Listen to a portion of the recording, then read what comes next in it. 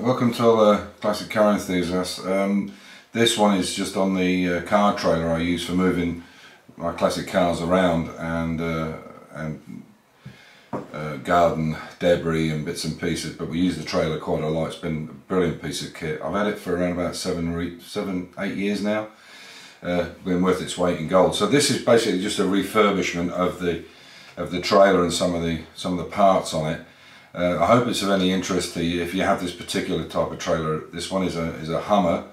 I think it's an Austrian brand, could be German, I'm not sure. But a trailer's a trailer, the decking's pretty much the same. There are a few interesting bits in this. When you look at once the board's off, you can actually see the hydraulic ram and the gimbal, which is the thing that allows it to tilt in every direction so that the trailer can tilt left, right and backwards. It's on basically like a gimbal, like a compass would be on a ship. Anyway, I hope you enjoy it. I hope you get something out of it. I've just got back last night from our trip away around the Baltic, and yeah, I hope you enjoy it. Catch you soon. Take care. Bye for now. Amir's doing a complete refurbish on this trailer while I'm away. He found a big hole in the corner. Well, the whole corner wasn't missing like that, but there was a big hole in it, wasn't there? Yeah. And unfortunately what's happened is this wood is just completely rotten on the corner. You can see it's just delaminating here.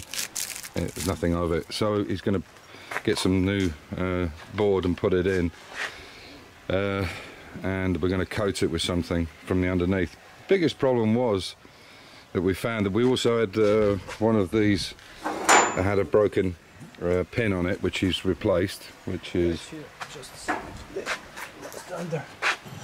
There you go. So he's made a new pin for it. There, look. So and that's going to go back in now. It's been like that for some time. It broke. It snapped off one end. As you can see, the new brake, the new rear cables are in it there and there. So they're all done. The brakes are all back on. And it's a galvanised chassis, so you can see it's in good nick. So he's going to clean all these sides up for us.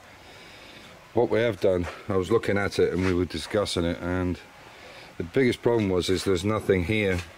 If I lift this up, oh, you can't lift it up because it's on the side then here, but can I just unpin those a second?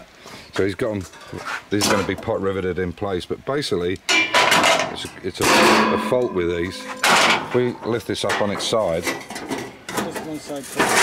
you can see that those reels is pushing the water straight up onto the board. The board obviously fits in here where he's cleaned it, and it was 3 pieces. This is the front, no, the middle piece, wasn't it, in the corner? This is middle, this is front. This is the front, yeah. And this is the rear piece.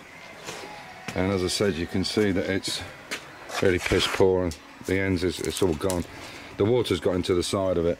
So that's what he's going to do. He's going to actually make 2 kind of mud guards or 2 wheel cover trims, and most of the water then will be hit on them, and that will save the wood, I think, well, for the rest of my life anyway. Yeah, and everything else is working well. So I'm just going to give it a real good tidy up. We'll put new board in it, put these in, which will stop the water issue. I mean, you can imagine all that water being thrown up by them 4 tyres. It's quite a lot. And just give it a real good tidy up, and then I think you're also going to put some new stainless on it. You're going to cut it with a plasma. Yeah.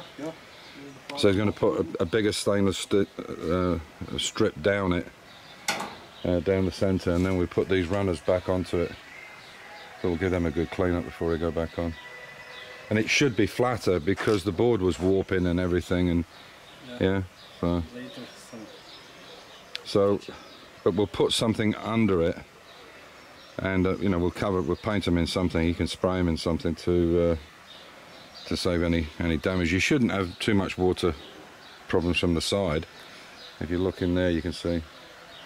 So we're going off today, so Amir hopefully will take a few videos while I'm away, and I'll edit them when I come back, so you can see the work on it. So as you can see by this clip, he's already cleaned everything down, cleaned the sides. Those tie-down buckles, he took out all of them and sandblasted them and painted them, and then re-riveted them back in. You can see now that the shields above the wheels are welded in place, and obviously they have to come up and down with the trailer top, because you can tilt it left and right and backwards. But that should stop a lot of the water spray coming up from the wheels, and that'll make a big difference to the wood. And yeah, I mean, generally it's just really tidying up, getting rid of a lot of the rust. It does tend to sit outside this trailer all year long. We do cover it up in the winter to keep the long snows on it. But hopefully with this new tent that we should be picking up, I should be picking up fairly soon, that will then be brought inside.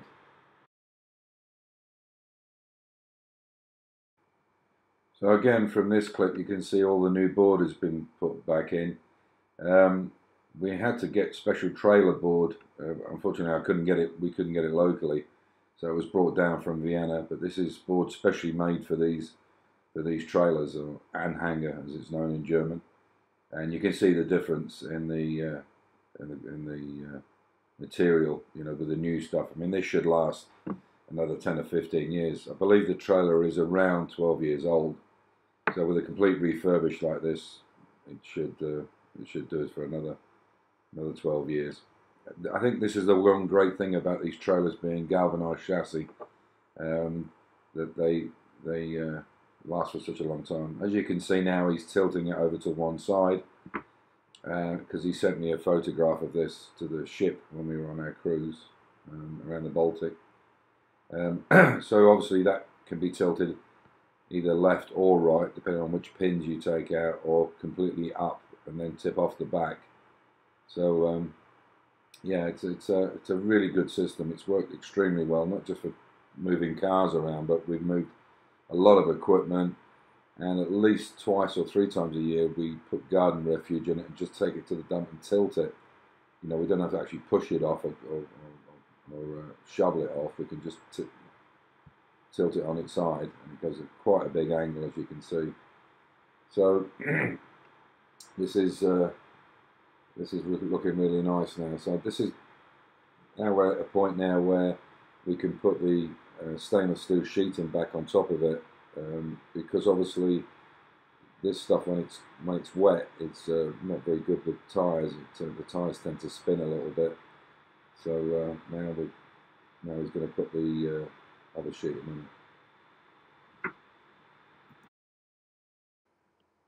And so this is the last bit of the video, just showing the trailer completely finished. So some of that stainless in the centre has been recut because we had some spare, and the track bits, I actually found those in a scrapyard already pre-pressed. They were for something else, and I cut them to length and made them up. But they're perfect, obviously, for the tyres. The tyres don't spin on the grip, so really handy that I had to go to a scrapyard and find some. In fact, I took a bunch extra, so that if anything ever happened to these, we could replace them. And you can see now how the trailer looks. The stainless steel is a bit of a problem because it does leave the water underneath, trapped under it when it rains, and it probably would dry out quicker without it. But to put a car on there without those grips is really difficult. So there you go.